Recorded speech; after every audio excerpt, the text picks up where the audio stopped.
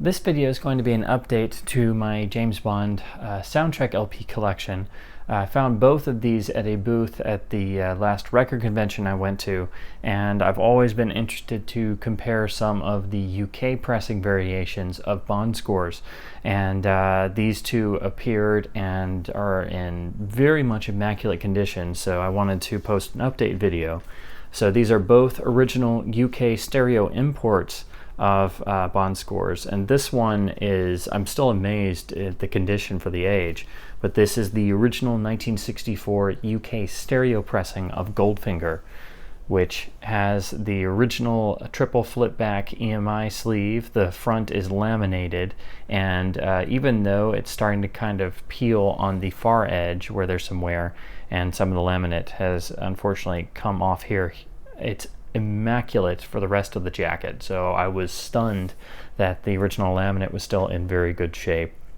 And again, it uses the UK poster imagery and has a very understated presentation of the Goldfinger information here. So it's gorgeous, very frameable, very much akin to this version of the UK poster art.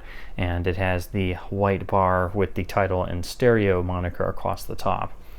Now, as I said, this is a triple flipback sleeve, the style of course, the famous style of Beatles jackets around this time period. So this is the original, as I said, triple flipback refers to the way 3 panels of the cardboard were folded back onto the rear cover and glued.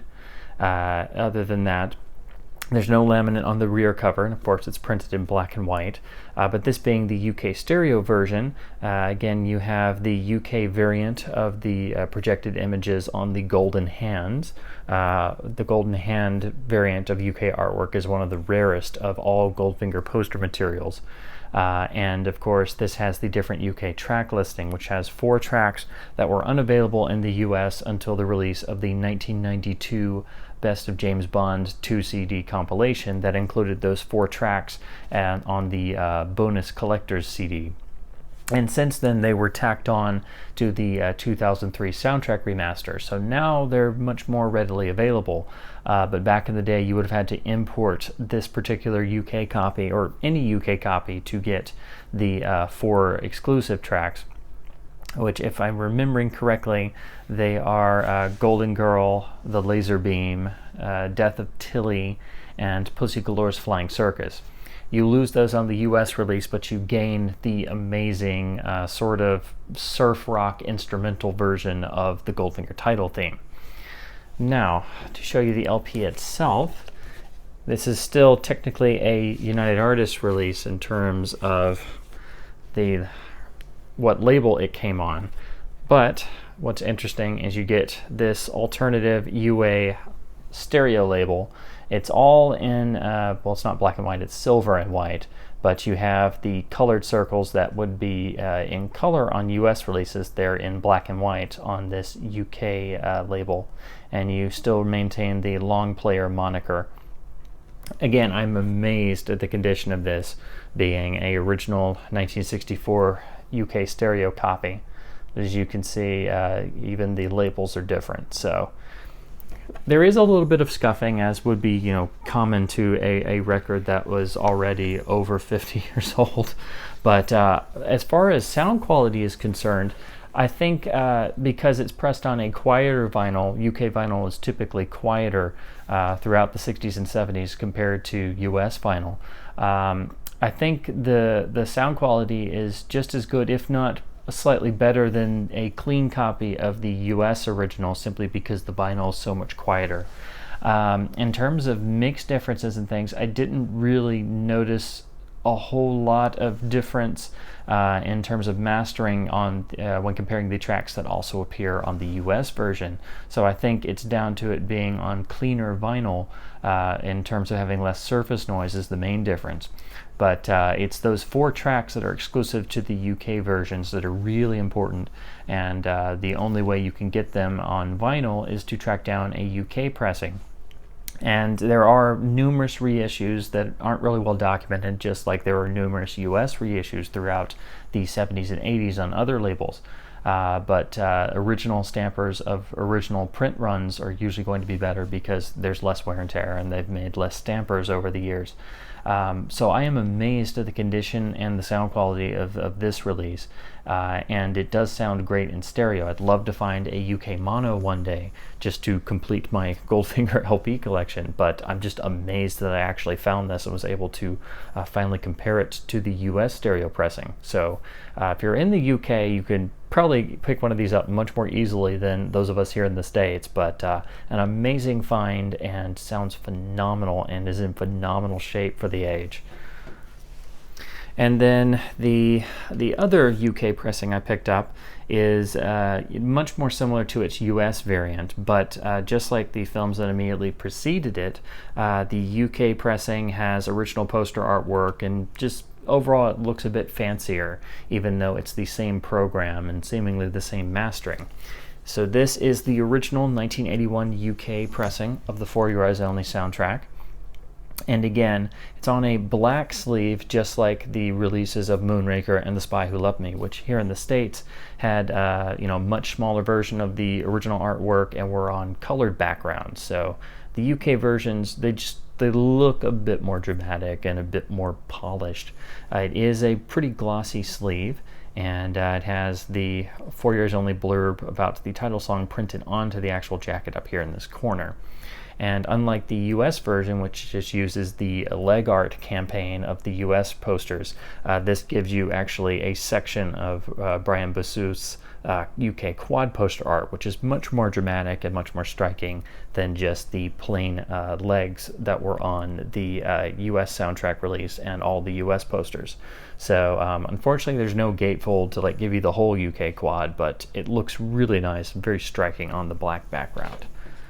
Show you the rear, and just like the jackets for Spy and Moonraker in the UK, it's still on a black background. The photo selections are much more dramatic and they're well placed, and the actual listing for the tracks actually gives you not only the credits, but it's also well printed and in large white type, so it's easily readable.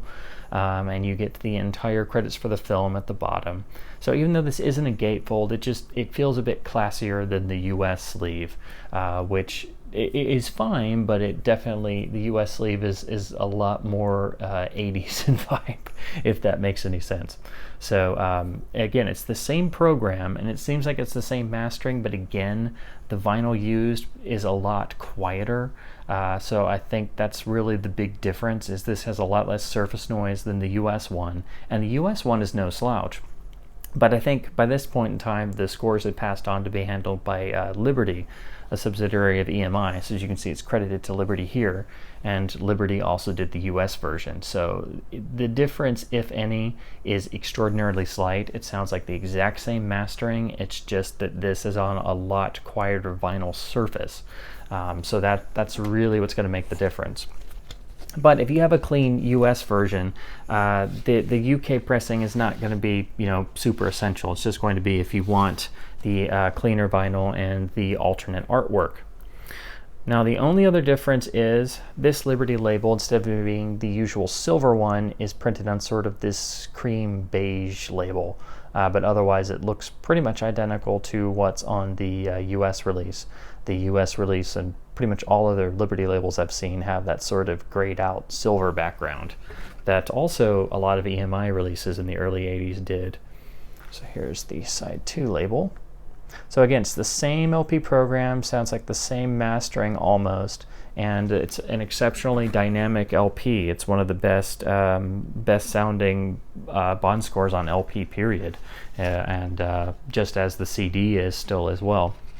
And of course, Rykodisc did their expanded CD version in the late 90s, which was reissued in the 2003 remastered series. And that's the way you'll be able to get much more of the score than what's presented on the LP versions. But still, it's nice to go back to this original LP, which sounds excellent. So it's really amazing to finally be able to check out and have the alternate UK artwork, which again is a lot more impressive. The only other thing, this is a UK release, so the cardstock used is very thin. So that's something you'll have to watch out for. It's very easy and very prone to tearing and getting corners crumpled and things. So, but that seems to be pretty much standard with a lot of UK vinyl jackets, because they just use a lot thinner cardstock for the cardboard. So the US one's a bit sturdier in that regard, but you do get a nice glossy sleeve and you get the amazing artwork. So that's going to do it for this video. Again, it's only 2 releases that I picked up, but I wanted to make a special update because this was the first time I've been able to pick up and do direct comparisons of US albums with the UK counterparts. So I hope this was somewhat informative, because these are extraordinarily rare here in the States, and hopefully it's helpful to all my fellow Bond fanatics out there in the internet. So thanks very much for watching.